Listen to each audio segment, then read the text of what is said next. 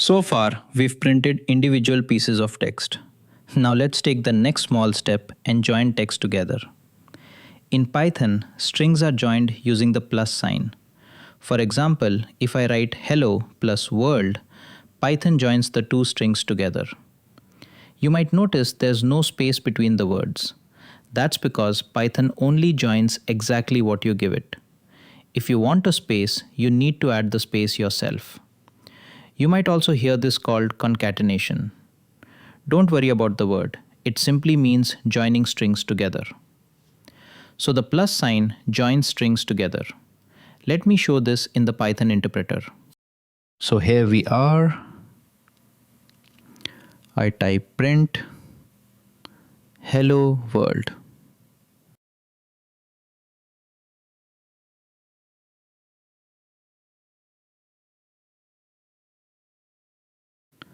When I press enter, Python joins the two strings together and prints them as one. Notice that there is no space between hello and world. That's because Python only joins exactly what I give it. If I want a space, I need to include the space myself. So now I type print hello close quote plus open quote space close quote plus world.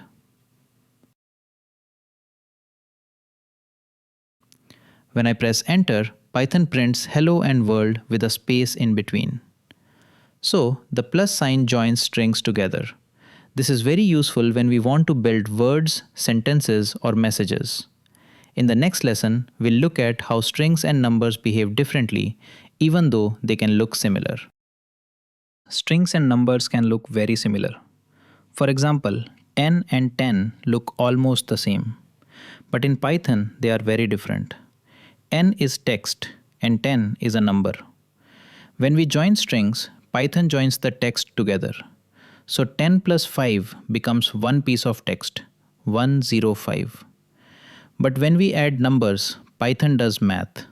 So 10 plus 5 becomes 15. The important thing to remember is this. Strings are joined, numbers are added. Even if they look the same, Python treats them differently. This is a very important idea, and we'll come back to it later. Let's try and run this code in the interpreter. First, I'll try this with strings.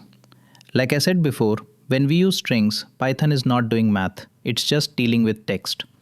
So here I'm joining the text 10 and 5 using the plus sign. When I press enter, Python prints 105. Python is basically saying, you gave me text, so I'll just stick it together. Now let me try the same thing with numbers. Like I mentioned earlier, numbers play by different rules. This time, Python actually does the math. Python prints 15. So even though strings and numbers can look similar, Python treats them very differently. Strings are joined together, numbers are added.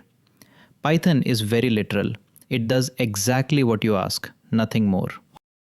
Let's quickly summarize what we learned about strings. Strings are how Python works with text. If it's text, it needs to be inside quotes. That's how Python knows it's not a number. We saw that Python allows both double quotes and single quotes, and it's happy with either one. We also learned how to use print function to make Python actually say something on the screen. Then we joined strings together using the plus sign. And we saw that even when they look similar, strings and numbers behave very differently. Strings are joined, numbers are added. Python is very literal. It always does exactly what you tell it to do. Strings are a core building block in Python, and you'll see them everywhere as we move forward. Up next, we'll learn how to store values using variables, so our programs can remember things instead of repeating ourselves.